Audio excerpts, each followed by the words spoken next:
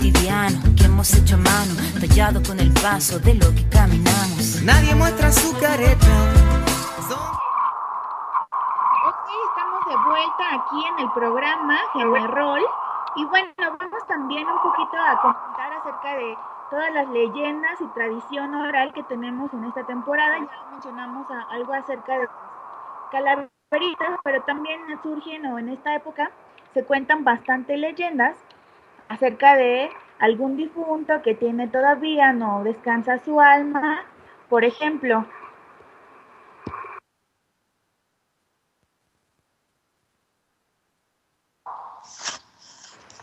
dentro de estas leyendas, importantísima está la leyenda de La Llorona, que básicamente pues es contada de distintas formas, pero bueno, encontré en un libro de psicoanálisis junguiano una historia que rescata o hace esta limpieza de todos los símbolos que se han ido agregando, dejando como la historia más nítida, más original posible. Y me gustaría que, bueno, se las voy a leer brevemente, no está muy larga, no se van a cansar.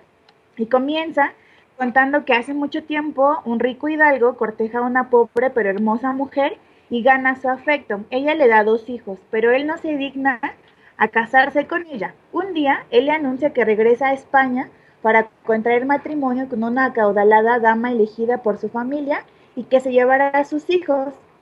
La joven enloquece de dolor y actúa con los gritos y aspavientos propios de las locas. Le araña el rostro, se araña el suyo, le rasga la ropa y se rasga la suya, toma a sus hijitos, corre con ellos al río y los arroja al agua. Los niños se ahogan, la Llorona cae desesperada, de rodillas en la orilla del río y se muere de pena.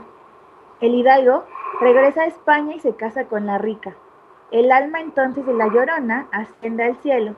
Allí el guardián de la entrada le dice que puede ir al cielo, pues ha sufrido mucho, pero no podrá entrar hasta que recupere las almas de sus hijos en el río. Y por esta razón, hoy se dice que la Llorona recorre la orilla de los ríos con su largo cabello volando al viento e introduce los largos dedos en el agua para buscar en el fondo a sus hijos. Y por eso también los niños no deben acercarse al río cuando se hace de noche, pues la Llorona los puede confundir con sus hijos y los puede llevar consigo para siempre.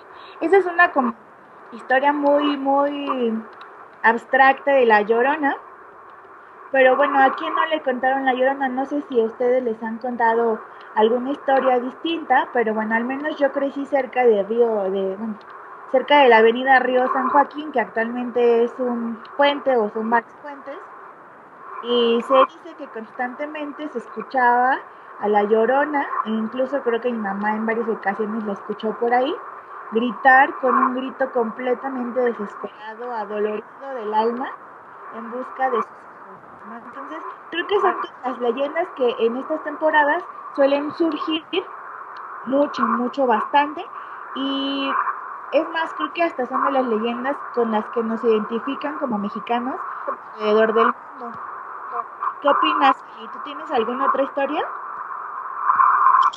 No tengo otra historia, Eli.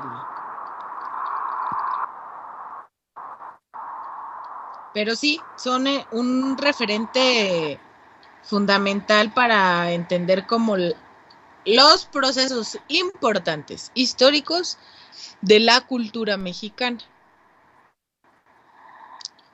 Y sobre la base de La Llorona, pues versan muchísimas canciones. Muchísimas.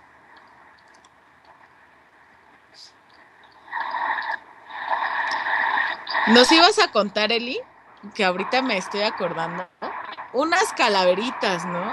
Cuéntanos un poco sobre el contexto de la calaverita en México. Porque bueno, pues, de pronto sí. Había contado sí. que es una tradición igual oral.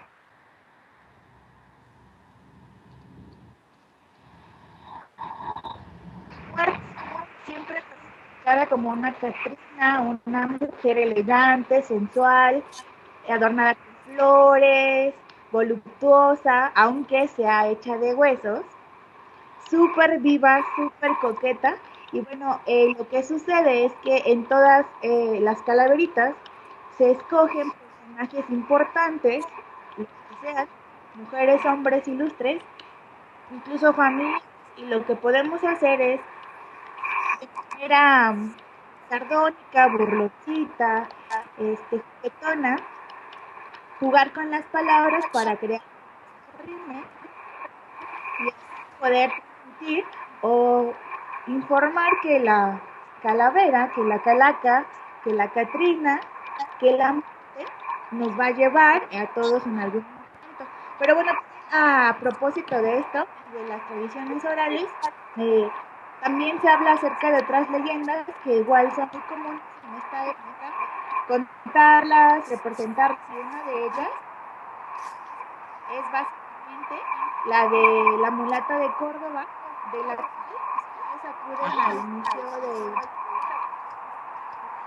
Santo Domingo en el centro, información acerca de ella. Bueno, se dice que era una mujer tremendamente guapa, era una mulata. Esta mujer tenía algunos poderes importantes, como el estar en varios lugares al mismo tiempo. Y bueno, es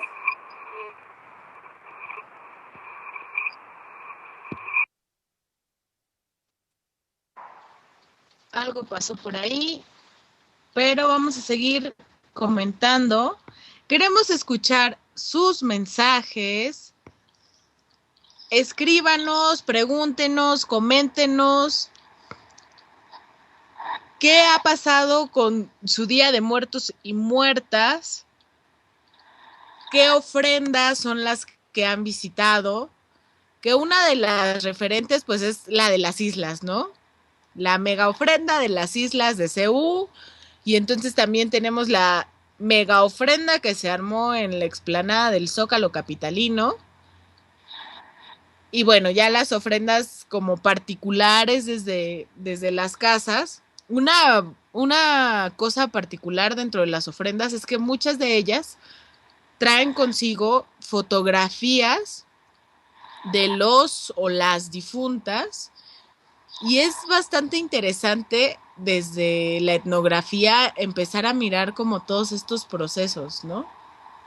De cómo se van construyendo las historias familiares y a partir de qué elementos simbólicos se resignifica la vida.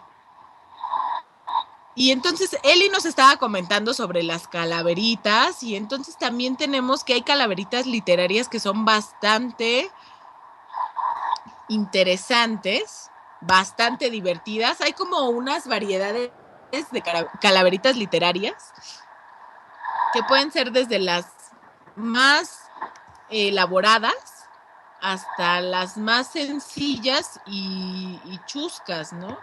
Algunas de ellas ya no las mencionó Eli, y es parte de la tradición oral que hay en México, ¿no? A partir de la tradición oral, cómo se pueden o no perpetuar algunas tradiciones del sincretismo mexicano.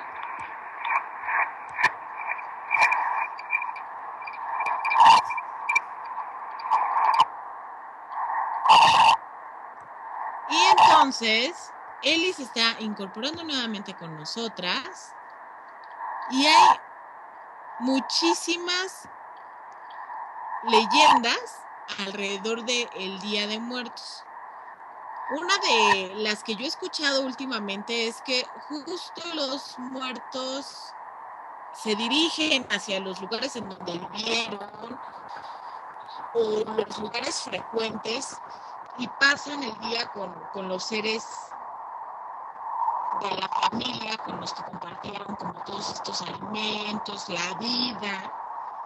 Y es interesante ver cómo esta unidad dialéctica entre la vida y la muerte se van a mezclar para dar como resultado un proceso interesante que es el Día de los Muertos y las Muertas, y que a través de las ofrendas de las ciudades porque inclusive en América Latina pusieron ofrendas. A mí me queda claro que en Argentina, en Brasil y en otros países de Latinoamérica pusieron ofrendas. Y muchas de estas leyendas hacen que viva generación tras generación varias de estos orígenes prehispánicos, de lo que representa, por ejemplo, el copal, ¿no? Que hemos hablado muy poco de algunos símbolos prehispánicos y de lo que representa quizás ciertos elementos dentro de los altares del Día de Muertos, ¿no? Por ejemplo, el papel picado, ¿qué significa? El papel picado representa la alegría de la festividad y del viento. Por ejemplo, velas, veladoras, cirio pascual, etcétera, son los elementos que se consideran como una guía en el mundo porque reflejan luz y son por tradición blancas, que significan esta parte de la pureza, ¿no? Y se pueden colocar dentro de la ofrenda según los puntos cardinales o a preferencia de quien esté colocando la ofrenda, ¿no? Estas veladoras se colocan para indicar el sendero del muerto al llegar al hogar, ¿no? El agua, por ejemplo, significa la pureza del alma, la regeneración de vida, y además se dice que el agua sirve para que el espíritu mitigue su sed después del largo trayecto del mundo de los muertos hacia el mundo de los vivos. Y entonces así, las flores, las calaveras, las comidas, el pan, van a representar algo particular dentro de cada ofrenda. Eli, ¿ya estás por acá con nosotras?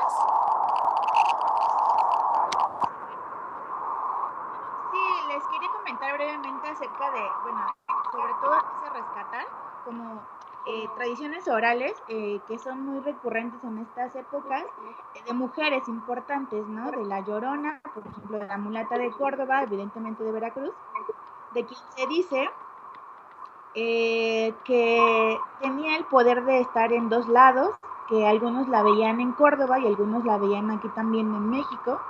Y bueno, esta era una mujer muy poderosa, dicen que conocía de hierbas, de situaciones pues de medicina tradicional y bueno, que era muy, además era muy bella. Y bueno, de ella nos comentan que, bueno, la tradición oral dicen que podían observar cómo de su casa salían luces extrañas, como si estuviera pues celebrando algún tipo de ritual, pero nunca se supo si esto era verdad o simplemente era con lo que alumbraba su casa. Esta historia data del siglo XVIII, a principios del siglo XVIII. Ahora, pues esto de que ella era tan sabia y que se le veía como en dos luces, ubicuidad o vocación, pues llegó a los oídos del Santo Oficio de la Inquisición, obviamente quien no tardó en abrir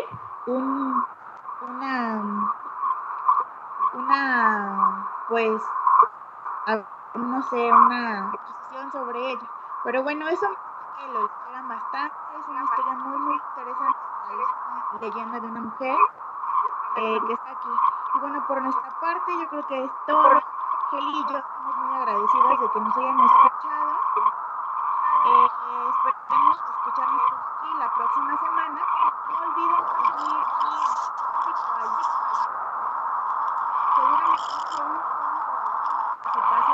Bueno, lo que nos está comentando Eli es que por nuestra parte es todo. Como podrán ver, ofrecemos una enorme disculpa porque tenemos muchos problemas técnicos. Esperamos que puedan escuchar parte del programa. Agradecemos mucho que nos hayan acompañado esta noche y nos escuchamos el siguiente lunes. Vamos a tener una agenda bastante interesante para este noviembre. Nos despedimos, les enviamos un fuerte abrazo. Nosotros somos General, mi nombre es Heli, Elisa anda por allá y les mandamos un beso, que tengan un excelente inicio de semana.